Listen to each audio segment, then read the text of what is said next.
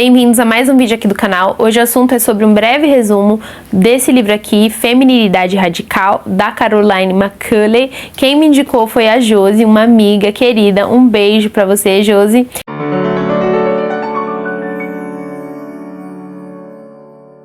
No começo, a autora fala que esse livro é um tipo de assunto, o conteúdo do livro é um assunto que ela gostaria de ter lido no começo da sua vida. Quando ela era mais jovem, ela gostaria de ter tido acesso a tudo isso antes.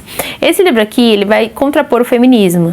Ela também vai trazer um panorama bíblico. Ela também vai falar sobre a questão da sua conversão e do choque que ela vivenciou. Acreditava, ela tinha suas crenças, mas que depois essas crenças foram desmontadas através das escrituras. Também fala sobre uma palestra que ela deu com essa temática feminina e que ela discorreu a situação das gerações anteriores e como aconteceu para que fosse definido o que é ser mulher.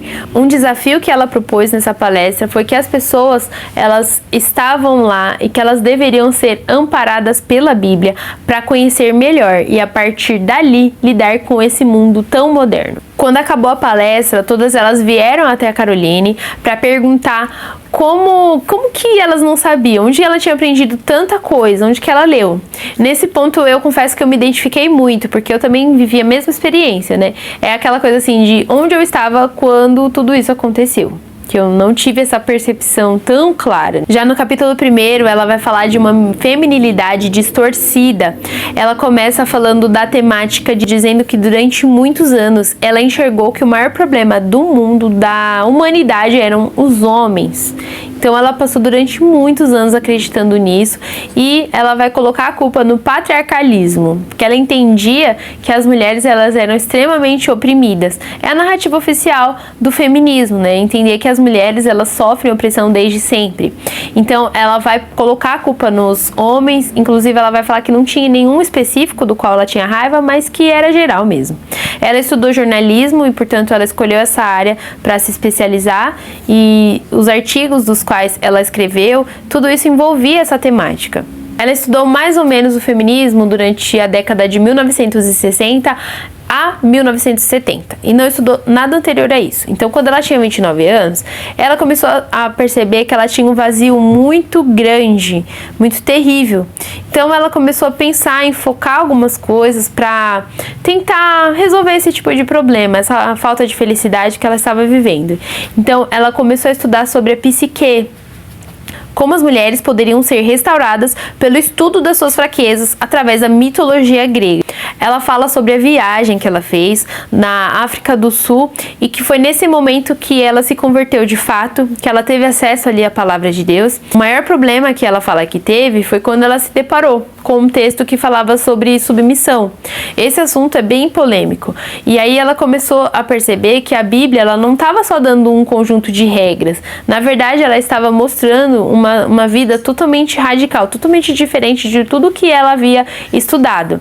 E esse conceito de liderança servil para ela no começo também foi um problema. E ela disse que na época ela tinha muita raiva, muita inveja, julgava muitas pessoas, era muito gananciosa e tinha muito orgulho.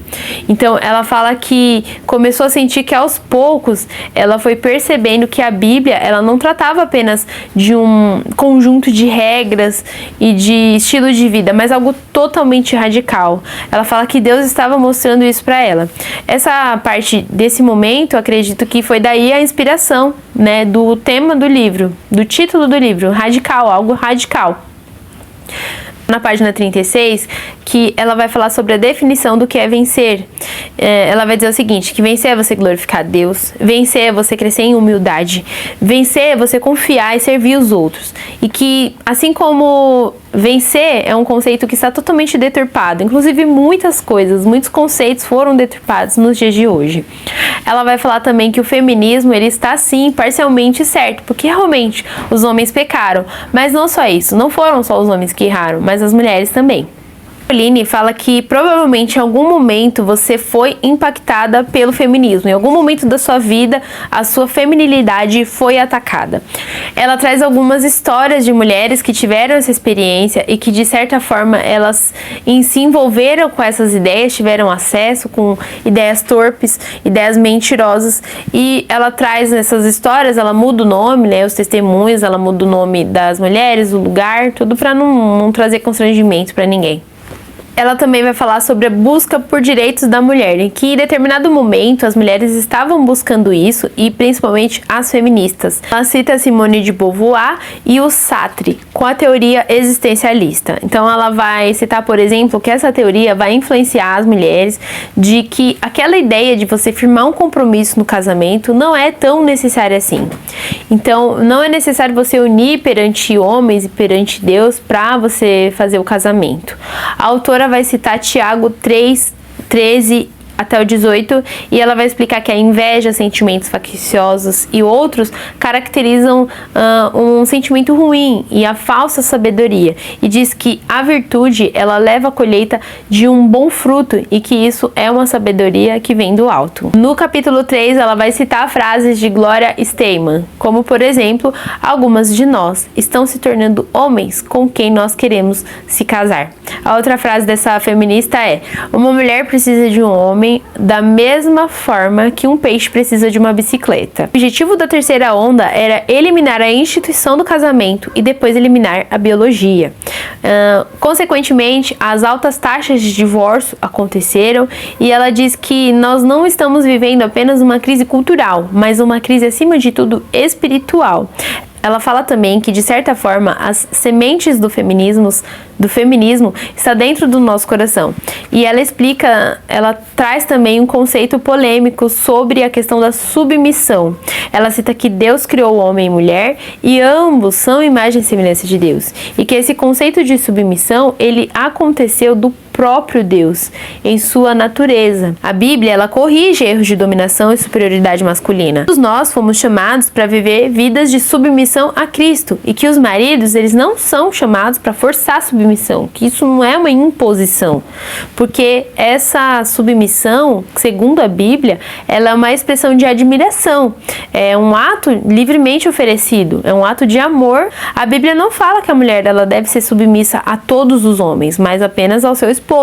No capítulo 4, a Caroline vai comentar sobre ela ter praticado rafting e que ela aprendeu muita coisa, além do esporte, né? Ela disse que seu esposo conhecia bem essa prática e que ele estava ali para ensinar e guiar ela, dando instruções, e foi nesse momento que ela teve um ensinamento de Deus, porque ela viu a importância de um líder e do seu liderado, do seu cooperador. Então, para conquistar o objetivo final, ela precisava ali estar amparada de alguém que tivesse uma boa condução, ou seja, ela entendeu como funciona essa questão do líder e do liderado. Deus nomeou a mulher como uma remadora companheira e não menos importante. Homens e mulheres, eles são iguais, mas eles funcionam de maneira diferente. Então, essa é a ideia principal que vai contrapor o feminismo. O feminismo também estabeleceu uma competição entre os dois e que isso é extremamente nocivo. Outra coisa que acontece é que na nossa sociedade foi desenvolvido um conceito deturpado sobre liderança, porque quando a gente fala de líder, a gente entende que é alguém que está acima, alguém que tem uma glória, e que isso, na verdade, segundo a Caroline, ela vai dizer que isso é uma falsa suposição. Ela também fala que quando as mulheres sofrerem violência doméstica, ela não tem que aceitar, ela precisa chamar as autoridades, obviamente. Lá em 1970 e 1980, eles foram abrindo essa questão do divórcio, a lei do divórcio. E ele foi vendido como uma libertação para as mulheres, mas na verdade esse conceito de libertação, ele funcionou apenas para o homem. Ela cita Filipenses 4:8, que leva a mulher a sempre pensar algo negativo sobre o homem, mas ela pode aplicar isso no seu dia a dia, porque quando ela reforça seus pontos positivos, isso faz com que ela seja edificada, como as coisas funcionem muito melhor. Ela vai citar a Revolução Industrial, seus impactos nas relações de trabalho, que obviamente aconteceram, e dá todo um panorama sobre as relações entre o lar e o trabalho, e como isso tudo mudou. Ela explica desde o começo, desde sempre. ela também vai citar a parte do darwinismo social, e que essa teoria ela vai entender, ela vai embasar a ideia de que a mulher ela seria mais fraca e mais vulnerável, porque na teoria darwinista entende-se que as espécies mais fortes, só as espécies mais fortes sobreviveriam. Ela também fala que na cultura atual, o tempo todo as pessoas querem mostrar que os trabalhos dentro do lar não têm valor, e que não tem valor justamente porque a pessoa que faz não recebe. Ela diz que o valor em servir o lar é infinitamente maior, então ela traz isso com muitos detalhes. Outra coisa que ela fala é sobre a guerra das mães. Ela vai dizer que esse termo ele foi criado em 1980 pela revista Shield, e que trazia uma ideia de embate entre mulheres que trabalham fora e mulheres que ficam em casa.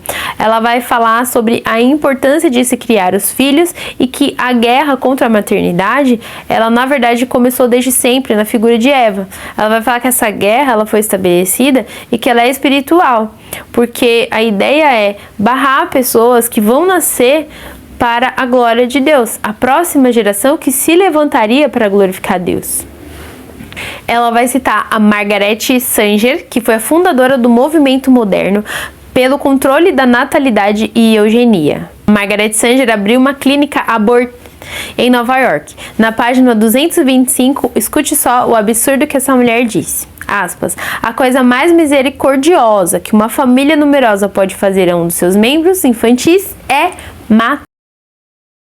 Ela traz também que desde sempre a Bíblia sempre foi pró-vida. Ela vai falar sobre o sexo, que ele foi criado por Deus, mas que ele deve acontecer apenas no casamento, e que se acontece fora do que Deus estabeleceu, traz grandes problemas a todos, que é o caso de doenças, porno. E também fala sobre a questão da visão dos jovens ser totalmente distorcida sobre esse assunto. No final, eu achei a frase que ela resume muito bem, e diz o seguinte: é necessário ser uma mulher ousada para viver contrariamente à sua cultura, escolhendo a glória de Cristo acima de qualquer honra pessoal. Eu vou encerrando por aqui, espero que vocês tenham gostado, até o próximo vídeo.